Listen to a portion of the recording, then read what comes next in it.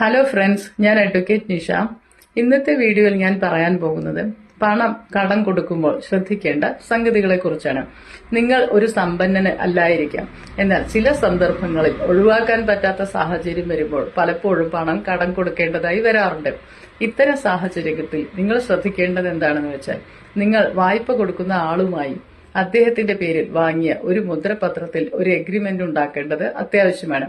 ഈ എഗ്രിമെന്റിൽ ഇത്ര സമയത്തിനുള്ളിൽ വായ്പ വാങ്ങുന്ന ആൾ പണം തിരികെ തരാം എന്നും രേഖപ്പെടുത്തി വെക്കേണ്ടതാണ്. അദ്ദേഹത്തിന്റെ പേരിൽ വസ്തുവകകൾ ഏതെങ്കിലും ഉണ്ടെങ്കിൽ ആയതിന്റെ ഷെഡ്യൂൾ, അതായത് ആധാരത്തിന്റെ പുറകുവശത്ത് കാണിച്ചിരിക്കുന്ന പട്ടിക, അതെല്ലാവരും കണ്ടിരിക്കുമല്ലോ. ആയത് ഒരു ജാമ്യ ബാധ്യതയായി രേഖപ്പെടുത്തി വെക്കാൻ മറക്കരുത്.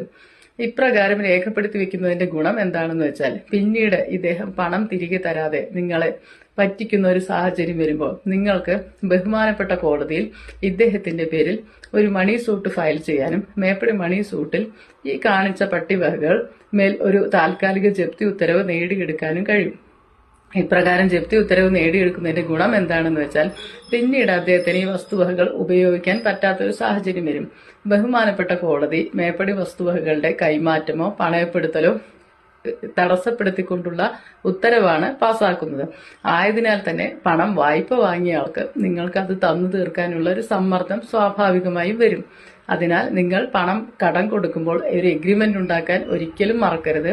മേപ്പടി എഗ്രിമെന്റിൽ ഈ പണം വായ്പ വാങ്ങുന്ന ആളുടെ പേരിലുള്ള വസ്തുവകകൾ ഒരു ഷെഡ്യൂളായി ചേർക്കാനും മറക്കരുത്.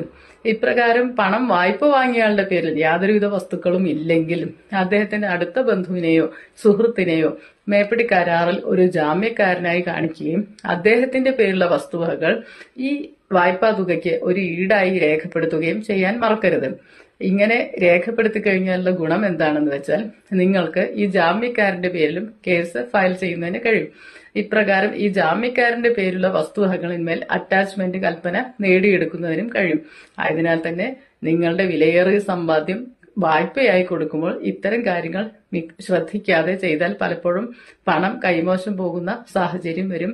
ഇത്തരം കാര്യങ്ങൾ ഒരിക്കലും മറക്കാതെ പണം വായ്പ കൊടുക്കുന്ന അവസരത്തിൽ കൃത്യമായി പാലിക്കാൻ ശ്രമിക്കുക. താങ്ക്